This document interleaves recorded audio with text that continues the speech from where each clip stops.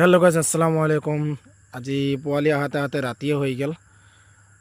ৰাতিপুৱাই দিয়া কথা আছিল, কিন্তু আহাতে আহাতে ৰাতি 7টা বাজি গ'ল। কোৱালিবিলাকো ভাল, দেখাতো বৰ ধুনীয়া আৰু কালাৰটো হালধীয়া হালধীয়া কালাৰ আহিছে। আৰু পোৱালিবিলাকো ওজনো ঠিকে আছে, 40ৰ ওপৰত ওজন আছে। তাৰমানে পোৱালি যেতিয়া আহে সেইটো বস্তুৰ ওপৰত গুৰুত্ব দিব লাগে যে পোৱালিটি 40 গ্ৰামৰ ওপৰত আছে নে, 40-45 সেনেকুৱা ধৰণৰ ওজন আছে না নাই, সেইটো বস্তুৰ ওপৰত সকলোৱে গুৰুত্ব দিব লাগিব।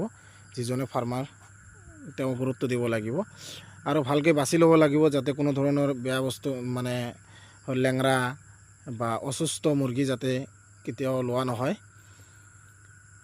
সেইখিনি যদি আহে কিবা কাৰণত কাৰ্টনত, সেইটো ছাইড কৰি দিলেই হ'ল। কাৰণ মালখিনি ফাৰ্মত পেলাই দিয়াৰ পিছতহে ৰাতি তেওঁলোকে পে'মেণ্টটো কৰি দিয়ে।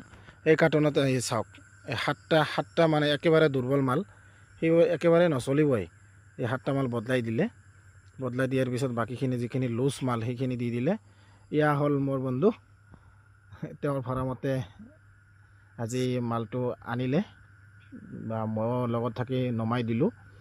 বৰ্ডিংখিনি অলৰেডি তেওঁলোকে বঢ়িয়াকৈ পাৰি দিছে। পাৰি দিয়াৰ পিছত কাগজ পাৰি দিছে, পোৱালিখিনি নমাই দিয়া হ'ল আৰু ৰিচিপ্টটো ছিগনেচাৰ কৰি আছে ছুপাৰভাইজাৰে।